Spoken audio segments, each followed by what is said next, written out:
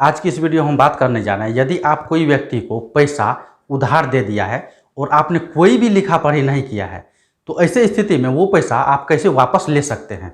यदि आपने उधार पैसा दिया है और बिल्कुल मौखिक दिया है, यानी कि कोई भी ऑनलाइन ट्रांजैक्शन नहीं किया है, यूपीआई से नहीं किया है या डायरेक्ट इंटरनेट बैंकिंग से उसको पेमेंट नहीं दिए हैं, न ही चेक से दिए हैं, डायरेक्ट आप कैश में पैसा दे के फंस गए हैं और सामने वाला आपको नहीं दे रहा है, टाल मटोल कर रहा है, तो ऐसे स्थिति में ये पैसा आप कैसे रिकवर कर सकते हैं, इसी के बारे में आज की इस वीडियो हम आपको बताने जा रहे हैं। तो देखिए, जब भी आप कोई व्यक्ति को उधार पे पैसा दे देते हैं और कोई भी लिखा पढ़ी नहीं करते हैं, तो ऐसे स्थिति में ज़्यादातर व्यक्ति 5 गलती करता है। यदि आप भी ये 5 गलती कर दिए हैं तो ऐसे स्थिति में आप पैसा कभी भी वापस नहीं करवा सकते हैं। साथ ही साथ यदि सामने वाला थोड़ा सा मजबूत व्यक्ति हो, उसको लॉ के बारे में अच्छा खासा नॉलेज हो, तो ऐसी स्थिति में आपको जेल तक भेज सकता है। तो आज की इस वीडियो हम यदि आपने उधार कोई व्यक्ति को पैसा दे दिए हैं तो वो पैसा कैसे वापस होगा वो भी जानकारी देंगे इस वीडियो में। साथ ही साथ कौन सा ऐसा 5 गलती है जो ज़्यादातर व्यक्ति के द्वारा कर दिया जाता है, वो भी 5 गलती के बारे में हम बात करेंगे कि कौन 5 गलती आपको बिल्कुल भी नहीं करना है। यहाँ पर हम कोई ऐसा नहीं बोलेंगे कि पैसा देते समय आप एग्रीमेंट कीजिए या कुछ भी, ठीक है। जो आम व्यक्ति के द्वारा जो नॉर्मल 5 गलती किया जाता है, ठीक है, वो गलती के बारे में हम बात करेंगे, ठीक है। तो चलिए सबसे पहले हम लोग 5 ऐसा गलती के बारे में बात कर लेते हैं जो पैसा रिकवरी करते समय आपको बिल्कुल भी नहीं करना है। तो देखिए, पहला गलती ये है कि जब भी आप सामने वाला से पैसा लेने जा रहे हैं, ठीक है, और आपको नहीं दे रहा है, यानी कि टाल मटोल कर रहा है, बोल रहा है कि शाम में देंगे, शाम होता है तो बोलता है सुबह में देंगे, या फिर आपको 1 सप्ताह का टाइम लेता है, 2 सप्ताह का टाइम लेता है, कुछ ना कुछ बहानाबाजी कर रहा है, या फिर आपको जो टाइम ले लिया पैसा देने का और वो टाइम पे आप उपस्थित होते हैं तो वो पार्टी ही गायब हो जाता है, अपना घर से आपसे मिलता ही नहीं है। तो ऐसे स्थिति में जो है आपको कभी भी मुकदमा करने का धमकी उस व्यक्ति को नहीं देना है। यानी कि आपका जो व्यक्ति पैसा रखा हुआ है और पैसा नहीं देना चाहता है, तो भूल के भी आपको ये नहीं बोलना है कि आप पैसा नहीं दे रहे हैं तो हम आप पे मुकदमा करेंगे।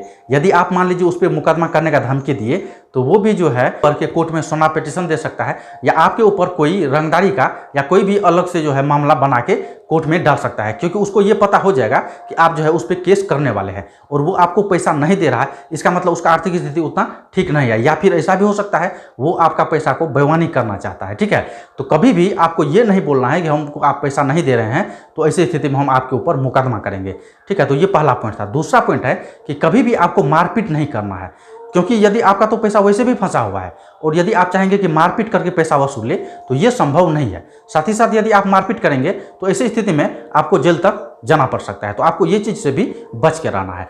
और तीसरा गलती ये है कि बहुत व्यक्ति ये करता है कि जो व्यक्ति पैसा रखा हुआ है उसका कोई वाहन घेर लिया, साइकिल घेर लिया, मोबाइल छीन लिया, या फिर मोटरसाइकिल घेर लिया, या कोई वाहन घेर लिया, या फिर कोई सामान ही घेर लिया, ठीक है। तो आपको ये चीज़ से भी बच के रहना है, ना उसके यहाँ जाके कोई सामान उठा के ले आना है, ठीक है, और न ही उसका कोई सामान रास्ते वगैरह से घेरना है, ठीक है। ऐसा आपको बिल्कुल भी नहीं करना है। ये था तीसरा गलती। चौथा गलती ये है कि जैसे आपने उसको पैसा दिया है उधार पे, तो आपने कोई लिखा पढ़ी नहीं किया है, ठीक है, लेकिन आपने उसका वीडियो रिकॉर्ड कर लिया है चुपके से पैसा देते समय, या फिर आपने जो उससे पैसा का रिकवरी के लिए आप डिमांड कर रहे थे कि हमको पैसा दीजिए, और सामने वाला जो है सुबह शाम या 2 दिन 4 दिन का बहानाबाजी कर रहा है, तो ये चीज़ का आपने वीडियो रिकॉर्ड कर लिया या फिर ऑडियो रिकॉर्ड है आपका मोबाइल में, तो ऐसे स्थिति में ये रिकॉर्ड के बारे में सामने वाले को कभी भी नहीं बताना है कि आपको जो हम पैसा दिए तो हम ऐसा एविडेंस बना लिए हैं, ठीक है। तो ऐसे यदि आप उसको बता देंगे तो ऐसे स्थिति में आपका केस कमज़ोर हो सकता है, आपको ये चीज़ को भी ध्यान में रखना है। और आखिरी पॉइंट है कि कभी भी जो व्यक्ति पैसा रखा हुआ है उसको फ़ोन पे बिल्कुल भी गाली गलौज नहीं देना है। ज़्यादातर व्यक्ति जो है फ़ोन पे धमकी इस टाइप से देता है कि यदि 2 दिन में तुम पैसा नहीं देगा तो आगे हम कुछ नहीं बोलना चाहते हैं, ठीक है, आप लोग खुद समझदार है, समझ सकते हैं। तो कभी भी फ़ोन पे गाली गलौज या फिर कोई भी धमकी, जान से मारने का धमकी, इस टाइप का कोई भी भाषा का प्रयोग नहीं करना है। ये 5 गलती ज़्यादा से ज़्यादा व्यक्ति करता है। जो भी व्यक्ति कोई व्यक्ति को उधार पैसा दे दिया है और कोई लिखा पढ़ी नहीं किया है तो उसके द्वारा ये 5 गलती किया ही जाता है। लगभग मेरे पास जो मामला आ रहा है उसमें से 92% लगभग हमको लग रहा है 90 से 92% तक व्यक्ति जो है ये 5 गलती ही करता है। तो आपको ये सभी गलती से बच के रहना है। उसके बाद आपको करना क्या है, तो सबसे पहले यदि आपने उसको पैसा दिया है और लिखा पढ़ी करके दिया है तब तो कोई दिक्कत ही नहीं है। लिखा पढ़ी करके दिया है तो उसके बाद का क्या प्रोसेस होगा वो भी हम इसी वीडियो में बताएंगे। तो सबसे पहले हम लोग बात ये कर लेते हैं कि ज़्यादातर व्यक्ति जो किसी को पैसा पहुंचा देता है तो वो कोई भी प्रकार का, किसी भी प्रकार का कोई लिखा पढ़ी नहीं करता है। तो ऐसे स्थिति में कोर्ट में आप कभी भी साबित नहीं कर सकते हैं कि आपने उस व्यक्ति को, सामने वाले को पैसा दिया है और कितना दिया है, ये सब कुछ साबित नहीं कर सकते हैं। तो एविडेंस बहुत मायने रखता है। यदि आप पंच में भी जाएंगे तो यदि आपके पास एविडेंस नहीं है तो आप वहाँ भी जो है जीत नहीं पाएंगे, ठीक है, वहाँ भी आपको सर नीचा ही करना होगा। तो ऐसी स्थिति में सबसे पहले आपको एविडेंस तैयार करना है। अब आप एविडेंस कैसे तैयार करेंगे, ठीक है। अब मान लीजिए कोई व्यक्ति को आप पैसा दिए तो पहले दिन पैसा दिए और मान लीजिए जो डेट पे वो बोला कि हम पैसा दे देंगे और वो डेट पे आप यदि पैसा रिकवरी के लिए जाते हैं उसके यहाँ, तो ऐसा तो नहीं है उसी दिन आपको डांट फटकार के भगाता है कि हम नहीं लिए हैं पैसा, आपको जो करना है कर दीजिए, ऐसा तो नहीं करता है। पहले जो वो कुछ टालने का प्रयास करता है। तो ऐसे स्थिति में आप उससे कॉल पे बात करके उसका कॉल रिकॉर्ड कर सकते हैं, या फिर संभव हो तो कोई व्यक्ति को साथ लेके जा सकते हैं और उस व्यक्ति को, जो व्यक्ति को आप साथ लेके जाएंगे वो आपका अपना विश्वासी आदमी होना चाहिए, ताकि आगे चल के जब भी कानूनी कोई झंझट में आप फंसते हैं तो वो व्यक्ति आपका साथ दे।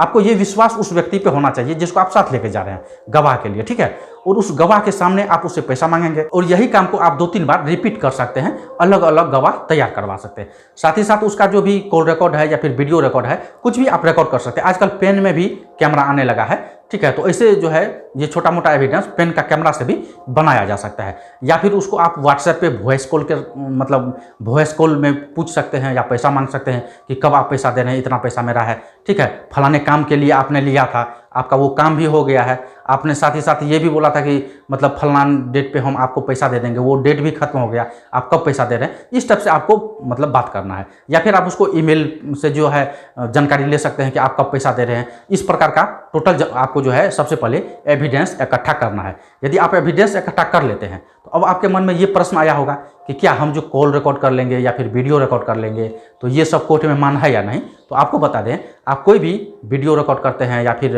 ऑडियो रिकॉर्ड करते हैं, ये सभी जो है, या फिर किसी को फ़ोन करते हैं और कॉल रिकॉर्ड कर लेते हैं, तो ये कोर्ट में एविडेंस के तौर पे पेश किया जा सकता है, ठीक है। इस संबंध में हम एक फेवरेट वीडियो पहले ही बना दिए हैं, तो आप मेरा प्रीवियस वीडियो को जाके देख सकते हैं। साथ ही साथ ये वीडियो जैसे खत्म होगा वो वीडियो यहाँ पे स्क्रीन पे आएगा, आप उस पर क्लिक करके उसे देख सकते हैं कि ऑडियो और वीडियो को किस टाइप से रिकॉर्ड करना चाहिए, ताकि वो कोर्ट में एविडेंस के तौर पर आप उसे पेश कर सकते हैं। तो अब जो है आपके पास एविडेंस हो गया है, ठीक है। और मैंने वीडियो में जैसे आपको बताया था कि यदि आपने किसी को पैसा दिया और आपने लिखा पढ़ी करवा लिया है, तो ऐसे भी स्थिति में, या फिर आपने लिखा पढ़ी नहीं करवाया, अब तो आपके पास एविडेंस हो गया है, तो ऐसे स्थिति में अब आपका नेक्स्ट चरण ये होता है। पहला चरण तो था कि आपको सबसे पहले एविडेंस तैयार करना था, आपने एविडेंस तैयार कर लिया। अब नेक्स्ट चरण ये है कि सबसे पहले आप उस व्यक्ति को लीगल नोटिस सेंड कर सकते हैं।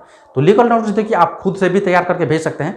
लीगल नोटिस तैयार करना बहुत बड़ा इश्यू नहीं है, नॉर्मल है, आप खुद से भी लिख सकते हैं। या फिर कोई एडवोकेट साहब से लिखाएंगे तो वो भी मैक्सिमम जो है ना 1000 रुपया चार्ज करेगा। मैक्सिमम का हम बात कर रहे हैं, न्यूनतम नहीं। हो सकता है कोई एडवोकेट साहब 400 या 500 में लीगल नोटिस आपको भेज दे। तो यदि आप सामने वाले को लीगल नोटिस भेज देते हैं तो इससे फायदा ये होता है कि लीगल नोटिस तो आप 1000 रुपया में भेज दिए, और वो व्यक्ति सामने वाला यदि उसको लीगल नोटिस मिलता है तो ऐसी स्थिति में वो घबरा जाएगा कि हमने पैसा लिया, ये कोर्ट पहुंच गया। तो ऐसी स्थिति में हो सकता है 99% ये चांस है कि वो आपके पास आके कंप्रोमाइज़ कर ले और बोल दे कि हम आपको पैसा दे रहे हैं, आगे आप कोई कार्रवाई ना करें, क्योंकि लीगल नोटिस में ये बात लिखा रहता है, ठीक है। यानी कि आपका जो मैटर है, पहले तो वो मैटर बनाया गया, उसके नीचे में ये मतलब बात लिखा रहता है नोट में कि यदि सामने वाले को आप 15 दिन के अंदर पैसा नहीं देते हैं तो ऐसी स्थिति में आपके ऊपर जो है क्रिमिनल केस दर्ज किया जाएगा। इस टाइप से मतलब बात लिखा रहता है। हालांकि जो भी आपका मैटर है उस मैटर के अनुसार से वहाँ पे बात लिखा रहता है। हम आपको यहाँ पे बिल्कुल संक्षेप में बताने का प्रयास किया है। तो सामने वाला को जैसे लीगल नोटिस मिलता है तो संभावना है कि वो आपको पैसा दे दे, या फिर वो पैसा आपको नहीं देता है तो ऐसे स्थिति में हो सकता है वो लीगल नोटिस का जवाब दे। जवाब वो देगा लीगल नोटिस का, फिर भी वो फंस जाएगा। और यदि जवाब नहीं देगा तो ऐसे भी स्थिति में वो फंस जाएगा। तो लीगल नोटिस का यदि जवाब वो नहीं देता है तो ये भी एक ऑफेंस है, ये भी एक अपराध है, ठीक है। तो अब आपके पास जो है सामने वाले के अगेंस्ट में काफ़ी सारा एविडेंस हो गया है। अब आपको करना है ऑर्डर 37 CPC में जो है उस व्यक्ति के ऊपर समरी सूट दाखिल करना है। अब आप कहिएगा कि कोर्ट हम जाएंगे तो ऐसी स्थिति में काफ़ी लंबा केस चलेगा, ऐसा कुछ भी नहीं होगा। हम आपको बता रहे हैं मैक्सिमम, आपको जो हम केस करने बता रहे हैं ये केस मैक्सिमम 7 मंथ चलेगा, 6 to 7 मंथ, इससे ज़्यादा जा ही नहीं सकता है।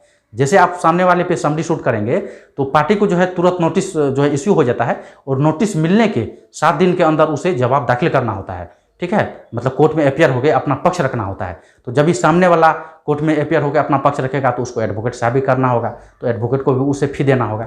ठीक है, तो आप ये रास्ता को अपना सकते हैं। और समरी सूट जो है ज़्यादा नहीं चलता है, 6 से 7 मंथ मैक्सिमम चलता है। ठीक है, यदि आप जागरूक है इससे कम समय में भी आपका केस खत्म हो जाएगा। तो आपको यहाँ पे बिल्कुल भी घबराने की आवश्यकता नहीं है।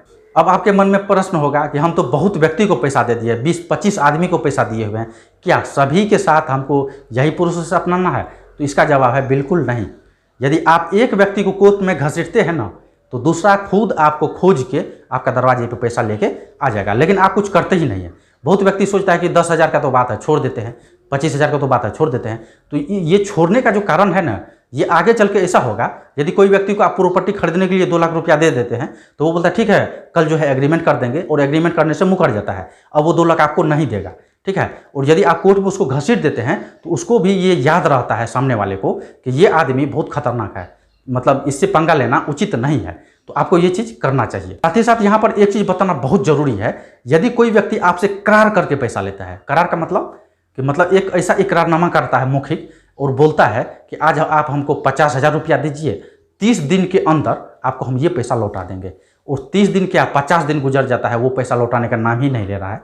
तो ऐसे स्थिति में ये तो करार करके पैसा लिया था, लेकिन वो जो समय निर्धारित था, जिस समय में सामने वाले को पैसा आपको देना था, वो समय गुजर जाने के बाद पैसा नहीं दे रहा है। तो ऐसी स्थिति में इंडियन पेनल कोड का सेक्शन 420 का केस उस व्यक्ति पे फाइल कर सकते हैं, और उस पर यदि 420 का केस फाइल करेंगे तो इसमें मैक्सिमम 7 वर्ष तक का सजा हो सकता है। साथ ही साथ ये कंपाउंडेबल ऑफेंस है, यानी कि ये अपराध समझौता योग्य है। आप लोग जब भी आपस में चाहे कंप्रोमाइज़ कर सकते हैं। ठीक है, जब भी आप लोग आपस में सेटलमेंट कर लेंगे तो ये केस इजीली आप लोग उठा सकते हैं, कंप्रोमाइज़ करके उठा सकते हैं, कोई दिक्कत नहीं होने वाला है। ठीक है, तो यहाँ पर आप आईपीसी का सेक्शन 420 के तहत भी सामने वाले पे एफआईआर दर्ज कर सकते हैं। साथ ही साथ दूसरा ये भी हो सकता है, यदि आप सामने वाले से पैसा मांगने जाते हैं, वो आपको धमका रहा है, बोलता है आप कुछ नहीं कर पाओगे, जो करना है जाके कर लो, हम आपको पैसा नहीं देंगे, मतलब इस टाइप का यदि कुछ भाषा का प्रयोग करता है, धमका रहा है, तो ऐसी स्थिति में आपको सबसे पहले पुलिस स्टेशन में जाके एफआईआर उस व्यक्ति पे करना चाहिए। और यदि पुलिस प्रशासन के द्वारा आपका एफआईआर लेने से मना कर रहा है तो ऐसी स्थिति में आप कोर्ट से सीआरपीसी का सेक्शन 156(3) में भी मजिस्ट्रेट साहब के ऑर्डर दिलवा के आप एफआईआर दर्ज करवा सकते हैं। नियम ये है, यदि आपका पुलिस स्टेशन में एफआईआर नहीं लिया जा रहा है तो ऐसी स्थिति में आपका जिला का जो भी एसएसपी है या एसपी है, पुलिस अधीक्षक है, उसके पास आप एप्लीकेशन देंगे कि पुलिस स्टेशन में मेरा एफआईआर नहीं लिया गया, तो एसपी साहब के निर्देश के बाद भी आपका एफआईआर दर्ज हो जाता है। और मान लीजिए यदि एसपी साहब का निर्देश मतलब एसपी साहब भी कुछ कार्रवाई नहीं करता है, तो ऐसी स्थिति में आप डायरेक्ट कोर्ट जाके सीआरपीसी का सेक्शन 156(3) में जो है मजिस्ट्रेट साहब के द्वारा जो है एफआईआर को लॉन्च करवा सकते हैं। 156(3) में होता यह है कि जैसे आप 156(3) का एप्लीकेशन मूव करेंगे तो मजिस्ट्रेट साहब खुद जो है ऑर्डर कर देंगे कि इसका एफआईआर लॉन्च किया जाए। कभी कभी ऐसा भी प्रैक्टिकली देखा गया है कि 156(3) का ऑर्डर जैसे आप लेने जाते हैं तो वहाँ होता है क्या, आप तो 156(3) का ऑर्डर के लिए जो है एप्लीकेशन मूव किए हैं, लेकिन वहाँ पे हो जाता है उल्टा, सीआरपीसी का सेक्शन 200 के तहत जो है वो एप्लीकेशन को कन्वर्ट कर दिया जाता है। उसके बाद आपसे वहीं पे एविडेंस मांग लिया जाता है कि सामने वाले पे जो आप एफआईआर करने जा रहे हैं आपके पास उसके अगेंस्ट में कौन कौन सा एविडेंस है दिखाइए। ठीक है, तो ये भी कभी कभी हो जाता है। साथ ही साथ यदि आपको सामने वाला धमकाया भी है तो यहाँ पर इंडियन पेनल कोड का सेक्शन 503 भी ऐड हो जाएगा। ठीक है, तो ये जो है मैटर पे डिपेंड करता है, और जितना प्रोसेस आपको इस वीडियो मैंने बताया, ये टोटल प्रोसेस को यदि आप फॉलो करते हैं तो 110% सामने वाला पैसा देगा ही देगा। साथ ही साथ उस डेट के बाद आपसे यदि कोई पैसा उधार लेता भी है तो समय से 1 या 2 दिन पहले आपके दरवाजे पे वो पैसा लेके आ जाएगा। वीडियो यदि अच्छा लगा हो तो प्लीज़ वीडियो को लाइक ज़रूर कर दीजिएगा और ज़्यादा से ज़्यादा व्यक्ति तक शेयर कर दीजिएगा।